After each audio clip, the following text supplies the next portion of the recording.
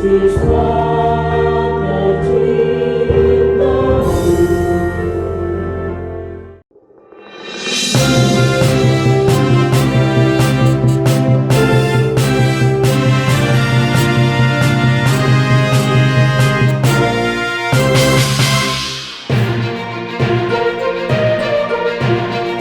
Assalamualaikum warahmatullahi wabarakatuh. Bismillahirrahmanirrahim. Alhamdulillahirrabbilalamin. Assalatu wassalamu ala asrafil anbiya wal mursalin Sayyidina wa maulana wa habibina Muhammadin wa ala alihi wa sahbihi ajmain. Amma ba'du. Pemirsa Sisma TV yang berbahagia, bagaimana kabarnya di hari ini? Mudah-mudahan semuanya dalam keadaan sehat walafiat serta sukses beraktivitas.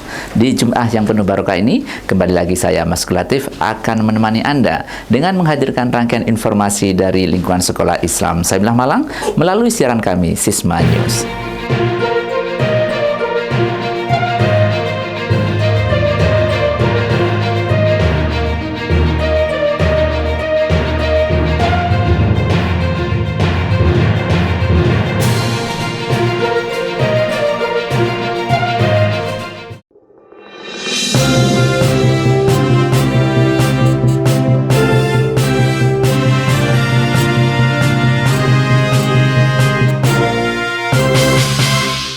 Informasi pertama pemirsa akan kami sampaikan tentang revitalisasi laboratorium IPA di SD dan SMP Islam Sabilah Malang serta laboratorium fisika, kimia, biologi dan IPS di SMA Islam Sabilah Malang Boarding School. Kegiatan ini merupakan upaya untuk menghadirkan kembali pembelajaran praktikum pelajaran IPA dan IPS bagi siswa sehingga nuansa pembelajaran akan semakin bermakna. Memang saat ini pembelajaran masih melalui daring, namun sekolah tetap harus memastikan bahwa laboratorium IPA dan IPS siap untuk mendukung pembelajaran dengan baik.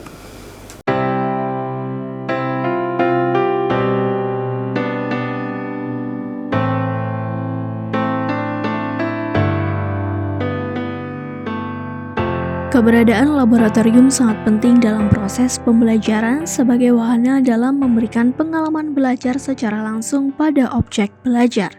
Siswa dapat berinteraksi secara langsung dengan alat dan bahan terutama dalam kegiatan praktikum. Untuk itu, pengelolaan laboratorium secara profesional harus dilakukan agar fungsi laboratorium sejalan dengan tujuan pembelajaran.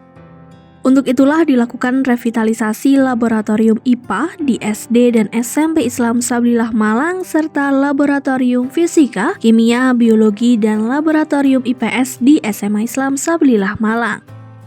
Peninjauan dan arahan secara langsung oleh Profesor Dr. Haji Ibrahim Bafadel MPD selaku Direktur Lembaga Pendidikan Islam Sabilah Malang.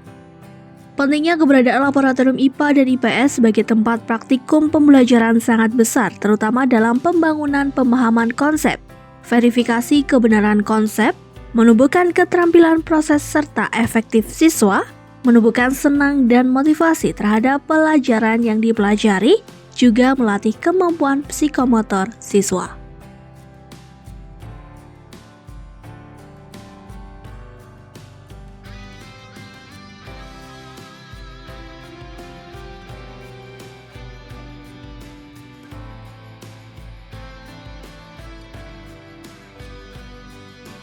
Jadi melalui revitalisasi lab IPA di SD Islam Sabilillah Malang ini, harapannya nanti anak-anak tuh bisa berlatih untuk mengembangkan kemampuannya dengan kegiatan pengamatan, pencatatan, dan pengkajian gejala alam.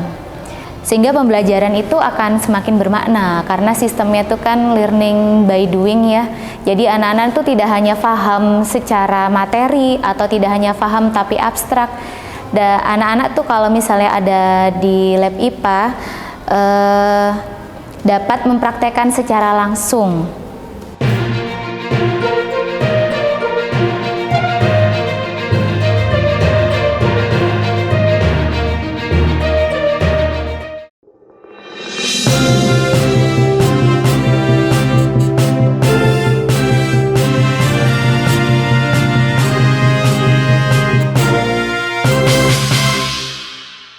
Assalamualaikum warahmatullahi wabarakatuh. Perkenalkan, nama saya Alia Salma Putri sebagai alumni dari SD dan SMP Islam Sabilillah Malang Angkatan 12. Pesan dan kesan saya selama belajar di Sabilillah Malang yaitu perhatian dari guru-gurunya untuk mengembangkan potensi akademik maupun non-akademik dari siswa-siswanya. Semoga Sekolah Sabilillah Malang bisa terus sukses di tingkat nasional maupun internasional. Sekian, terima kasih. Wassalamualaikum warahmatullahi wabarakatuh.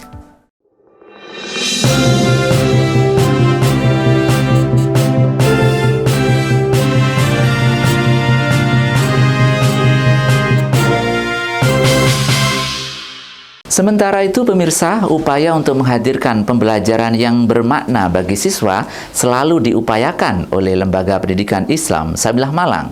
Kali ini melalui pembinaan yang sekaligus refleksi terhadap proses pembelajaran yang selama ini telah dilakukan oleh pendidik di Sekolah Islam Sabilillah Malang.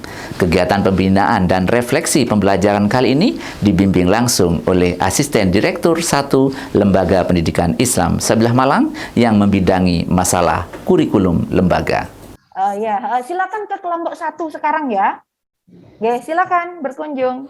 Hari ini kita akan mulai belajar mendalami dari materi klasifikasi makhluk hidup ini, tentunya dalam materi case method. Nah, kita nanti akan belajar tentang A Mysterious Illness on Vancouver Island, British Columbia.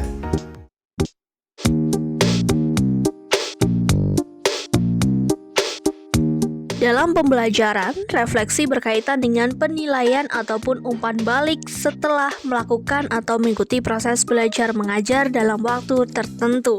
Seorang guru selayaknya selalu melakukannya dalam upaya menghadirkan pembelajaran yang bermakna bagi siswa.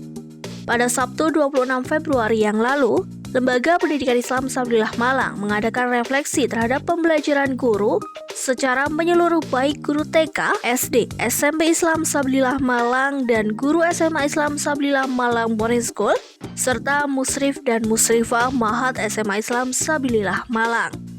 Kegiatan refleksi pembelajaran ini dibimbing oleh Profesor Dr. Abdurrahman Asy'ari MPD MA selaku Asisten Direktur 1 Lembaga Pendidikan Islam Sabilillah Malang. Kegiatan refleksi pembelajaran dan juga pembinaan guru kali ini menghadirkan rekaman pembelajaran yang dilakukan perwakilan guru, kemudian dilakukan refleksi bersama. Melalui kegiatan ini diharapkan semakin meningkatkan kualitas guru dalam membelajarkan siswanya sehingga melahirkan siswa yang unggul dan berkarakter juara. Setelah mengikuti pembinaan, saya mendapatkan banyak ilmu, terutama untuk mengevaluasi bagaimana proses pembelajaran berlangsung dan juga keefektifan dalam mengajar dan menimbulkan untuk anak-anak atau siswa-siswa kita itu bersemangat untuk belajar dan lebih fokus lagi ketika belajar. Pada pembinaan oleh Prof. Asy'ari kemarin, pembelajaran atau nilai yang paling berkesan yaitu yang pertama, guru harus bisa memberikan pengalaman belajar pada siswa. Sehingga pada pembinaan kemarin sangat membantu sekali dalam bagaimana mengetahui kekurangan dalam suatu pembelajaran, sehingga harapannya guru bisa memberikan pengalaman belajar yang maksimal pada siswa.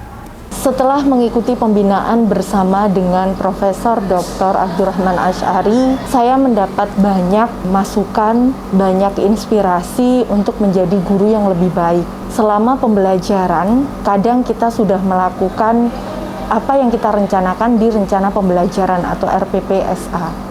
Tetapi dalam pelaksanaannya pasti ada rencana tadi yang tidak sesuai ekspektasi atau belum memenuhi target ekspektasi kita. Oleh karena itu perlu kita lakukan evaluasi, refleksi diri pada pembelajaran kita. Apa yang kurang, apa yang perlu direfleksi, kemudian kita rencanakan untuk pada pertemuan berikutnya agar pembelajaran bisa lebih baik dan mengantarkan peserta didik kita agar menjadi siswa yang terus berpikir kritis, kreatif, kolaboratif, dan komunikatif meskipun pembelajaran dilakukan secara daring.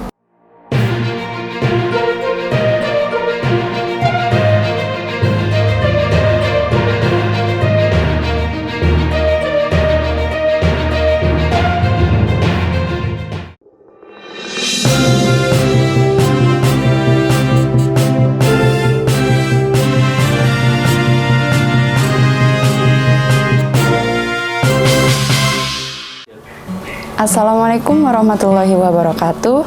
Saya Nadira Ayu Safitri, alumni dari SD, SMP, dan SMA Islam Sabilillah Malang, baru saja menyelesaikan perkuliahan sarjana Desain Komunikasi Visual di Universitas Negeri Malang. Kesan-kesan saya selama menjadi siswa di Sekolah Islam Sabilillah Malang adalah mendapatkan perhatian dari guru-guru yang sangat care dan juga mendapatkan ilmu agama yang jarang didapatkan di sekolah lain, dan menurut saya itu sangat membekas di hati saya sampai terbawa hingga detik ini. Pesan saya untuk Sekolah Islam Sabilillah Malang, semoga guru-guru semuanya sehat selalu dan bahagia selalu, diberikan kelancaran dalam pengajaran dan selalu sukses ke depannya sehingga dapat mencetak generasi-generasi yang lebih baik ke depannya. Wassalamualaikum warahmatullahi wabarakatuh.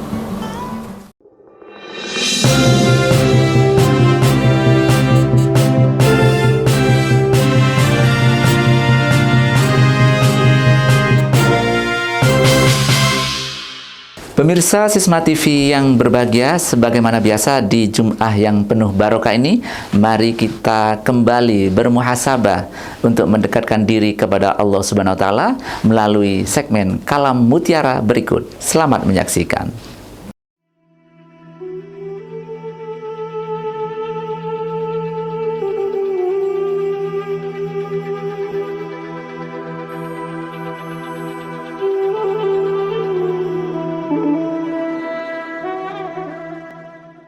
Bismillahirrahmanirrahim. Assalamualaikum warahmatullahi wabarakatuh.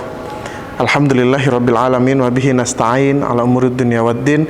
Wassalatu wassalamu ala asyrafil mursalin sayyidina Muhammadin wa ala alihi wa sahbihi ajma'in. Qala Allah ta'ala fi kitabihil karim, a'udzu billahi minasyaitonir rajim. Bismillahirrahmanirrahim. Ya ayyuhalladzina amanu ista'inu bis sabri was salat innallaha ma'as sabirin. Al-ayah. Amma ba'd. Hadirin pemirsa Sisma TV yang berbahagia, kita bertemu lagi di satu segmen dalam Sisma TV yaitu Kalam Mutiara. Kita akan membedah tentang sholat.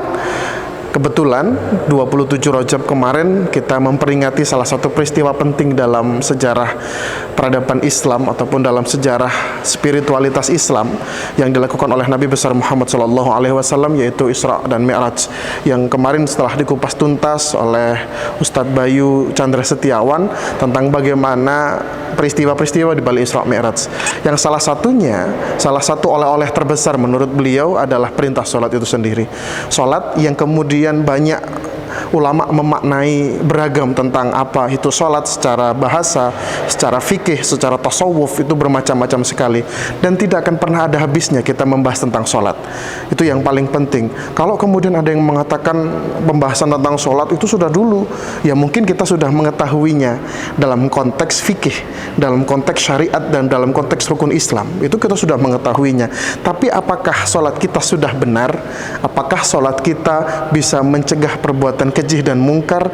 Apakah sholat kita telah menjadi tujuan dalam sebuah kehidupan yang telah kita laksanakan? Apakah sholat kita hanya sampai pada aspek kewajiban saja, tidak lebih dari itu? Lah, itu yang perlu lebih dalam kita kaji. Maka dari itu, hadirin yang berbahagia, pernahkah jenengan semuanya, adik-adik semuanya yang menyaksikan ini merasa malas ketika sholat? Itu pertanyaan pertama sebelum kita membahas tentang sholat. Pernah nggak kita merasa malas karena sholat?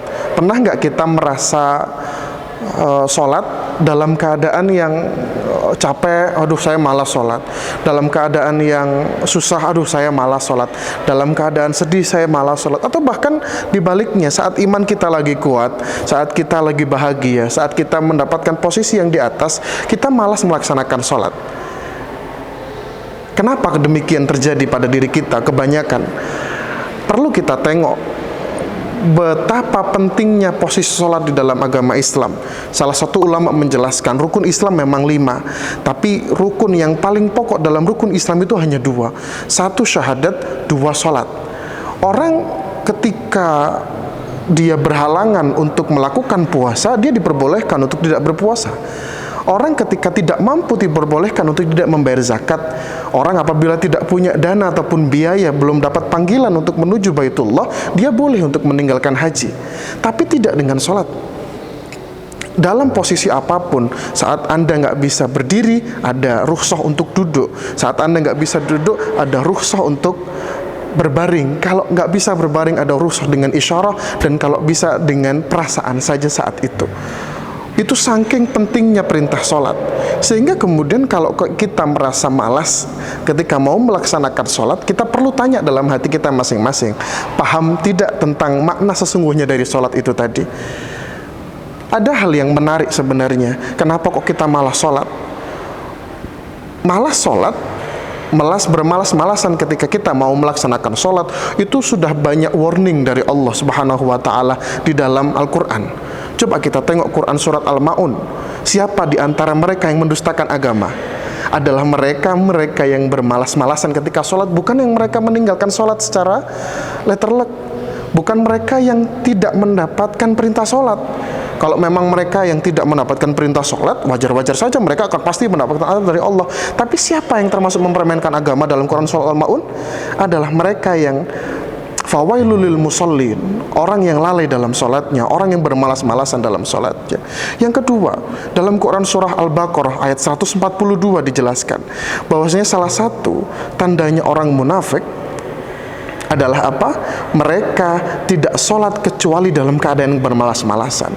Sehingga ketika kita malas dalam sholat, ketika kita malas untuk mendirikan sholat, di warning sama Allah dalam Quran surat Al-Baqarah ayat 142. Apa warning Allah? Tanda-tanda orang munafik. Dan yang ketiga, yang paling menurut saya salah satu hal yang perlu menjadi trigger agar kita kemudian nggak lagi malas sholat. Apa itu? Dalam Quran surat At-Taubah ayat 54, Allah menjelaskan salah satu menjadi penanda ataupun yang menjadi pembeda antara kita dengan orang non-muslim adalah sholat, tidak dengan yang lainnya. Maka untuk itu, hadirin yang berbahagia, nampaknya kita perlu merefresh pemahaman kita tentang sholat. Bagaimana sholat itu sebagai bentuk ataupun upaya mengenalkan diri kita, sebagai bentuk atau upaya mendekatkan diri kita kepada Allah.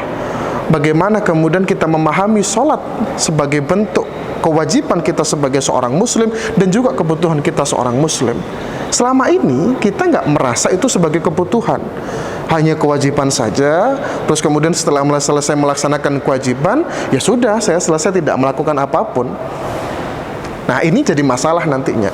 Mungkin bagi, mohon maaf, mungkin bagi anak-anak yang baru belajar sholat, diajarkan tentang kewajiban, itu sah-sah kita lakukan. Tapi untuk kemudian yang sudah pada posisi dia memahami tentang aspek-aspek dan sendi-sendi kehidupan, tidak lagi memaknai sholat sebagai kewajiban, melainkan kehidupan. Syekh Mutawalli Sya'rawi menjelaskan tentang pentingnya sholat. Beliau pernah menjelaskan tentang bagaimana sebenarnya sholat. Beliau mengibaratkan seperti ini, pernah berkisah bahwasannya manusia itu diciptakan oleh Allah layaknya taman. Karena manusia itu diciptakan layaknya taman-taman yang indah yang ada di dunia itu, maka perlu merawat taman-taman tersebut agar tetap terlihat cantik, agar tetap terlihat indah dan menyenangkan bagi siapapun yang melihat. Sehingga agar taman itu tetap terawat, minimal kita harus merawatnya, minimal kita membiarkan pemiliknya untuk merawatnya, minimal kita membiarkan pemiliknya untuk berkomunikasi dengan taman yang dia bangun di dunia ini. Lah, taman dan merawatnya itu diibaratkan manusia dengan sholat.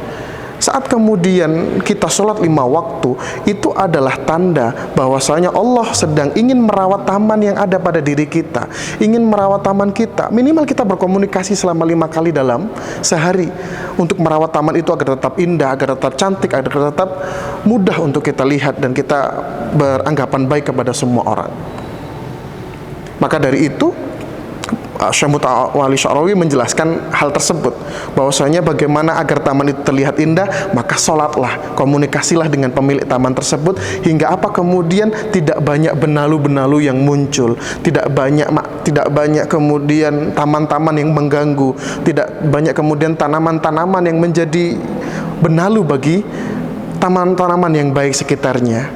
Sehingga ada salah satu ayat Al-Quran yang menjelaskan sholat itu mencegah perbuatan keji dan mungkar.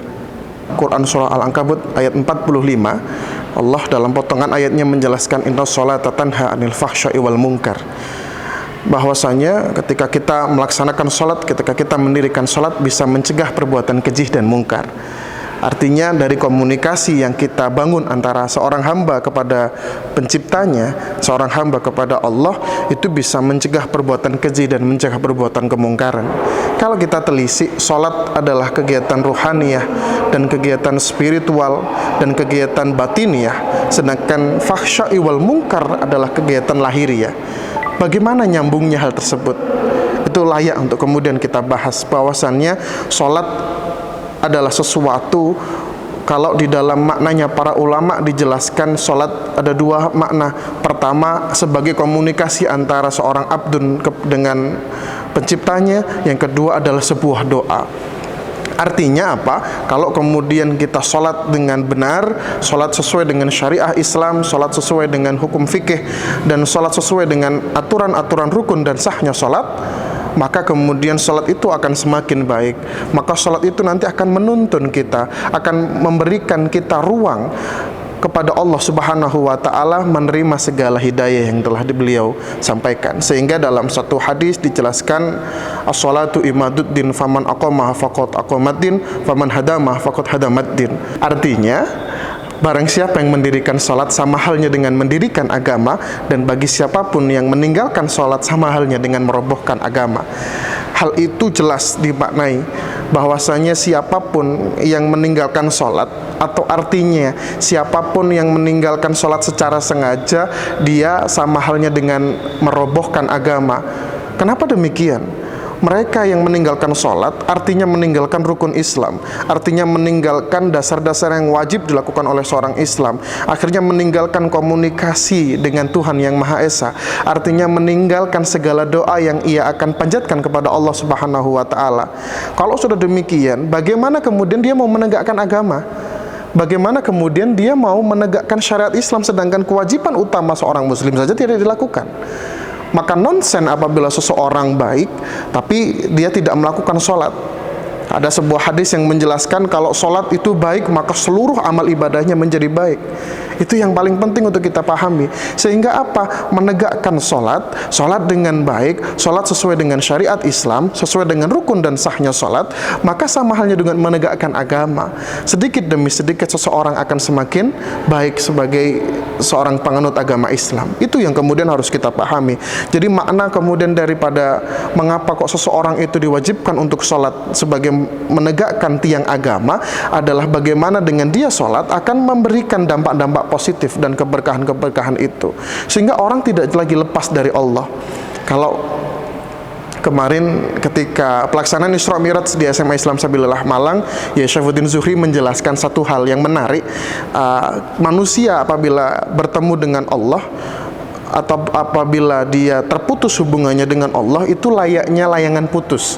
Layangan putus bukan berarti sinetron ataupun salah satu sinema yang kita lihat beberapa hari ini, bukan. Layangan putus dimaknai sesuatu apabila kita main layang, terus kemudian layangan putus itu ditanyain layang-layang tersebut, bisa jawab nggak kira-kira? Layangan, kamu mau kemana? Bisa jawab nggak? Nggak bisa jawab. Saya nggak tahu mau kemana, karena dia nggak tahu tujuannya. Layangan, kamu mau jatuh kemana? Dia nggak akan pernah bisa menjawab, karena dia nggak tahu mau jatuh kemana. Sehingga dari situ, terus kemudian dia akan jatuh ke suatu tempat dan dia nggak tahu. Itu halnya ketika kita putus komunikasi dan putus hubungan dengan Allah. Kalau kemudian kita sebagai seorang manusia putus hubungan dengan Allah, kita dibiarkan jauh sama Allah. Sehingga kemudian ketika dibiarkan jauh, kita banyak maksiat yang muncul, banyak perbuatan-perbuatan keji yang muncul, banyak kejelekan-kejelekan yang muncul dalam diri kita. Akhirnya kita dijatuhkan sejatuh-jatuhnya. Tsumma radadnahu asfala safilin. Dijatuhkan sejatuh-jatuhnya Allah di mana? Di tempat yang tidak pernah kita bayangkan sebelumnya. Nah, untuk itu hadirin yang berbahagia, pentingnya kemudian kita istiqomah melaksanakan sholat, pentingnya kemudian kita mengerjakan sholat sesuai dengan rukun dan sahnya di dalam Islam adalah tetap menjaga diri kita agar terus berkomunikasi kepada Allah selagi kemudian kita menyamakan visi misi kita sebagai seorang manusia dan memperdengarkan hal tersebut kepada Sang Pencipta, karena tidak ada lagi tempat yang paling indah dan paling baik untuk bercerita kepada Allah yaitu ketika sholat. Dalam posisi sujud adalah posisi yang paling dekat antara seorang hamba dengan penciptanya. Untuk itu hadirin yang berbahagia, sebagai penutup kalam mutiara pada pagi hari ini, marilah kemudian kita sholat, karena dari sholat itu kita bisa bercerita banyak hal kepada Allah Subhanahu wa Ta'ala. Dari sholat tersebut kita bisa melepaskan segala kegundahan duniawi, kita bisa melepaskan segala kegalauan duniawi, sehingga apabila sholat kita lakukan dengan baik, sholat kita lakukan sesuai dengan syariat yang sudah ada, kita maknai bacaan-bacaan yang ada di dalam sholat, insya Allah sholat tersebut akan mencegah kita untuk berbuat keji dan kemungkaran untuk sekitar kita. Terima kasih. Mohon maaf apabila ada salah kata dan perbuatan. Wal afu minkum wallahul muwafiq ila aqwamit thoriq. Wassalamualaikum warahmatullahi wabarakatuh.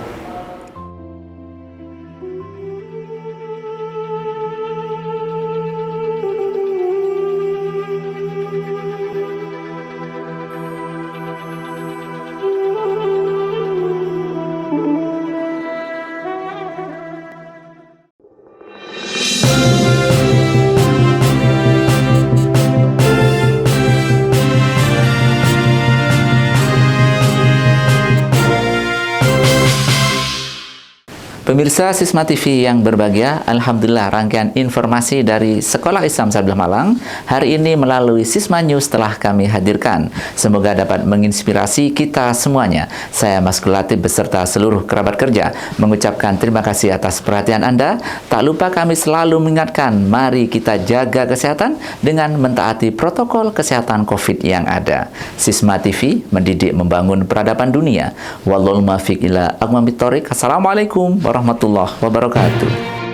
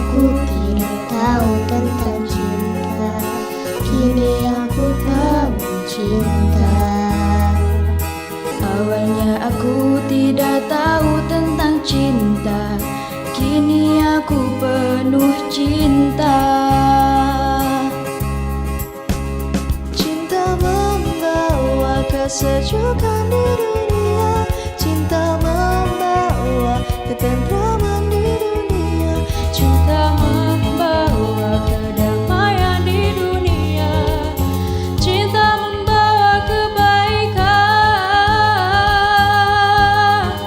di dunia. Mulanya aku tidak tahu tentang cinta, kini aku penuh cinta. Cinta Allah dan Rasul, cinta orang tua dan guru, cinta diri sendiri, juga cinta sesama. Cinta alam sekitar,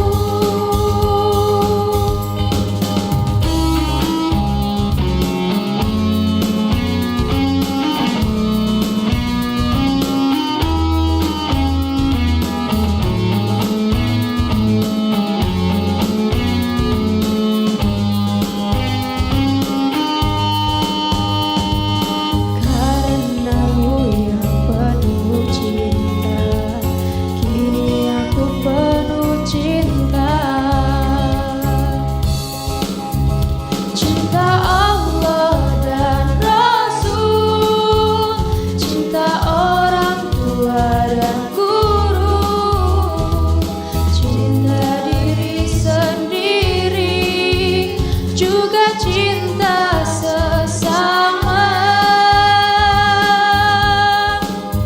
cinta alam sekitar, cinta ilmu pengetahuan dan teknologi, cinta keunggulan, cinta bangsa dan negara.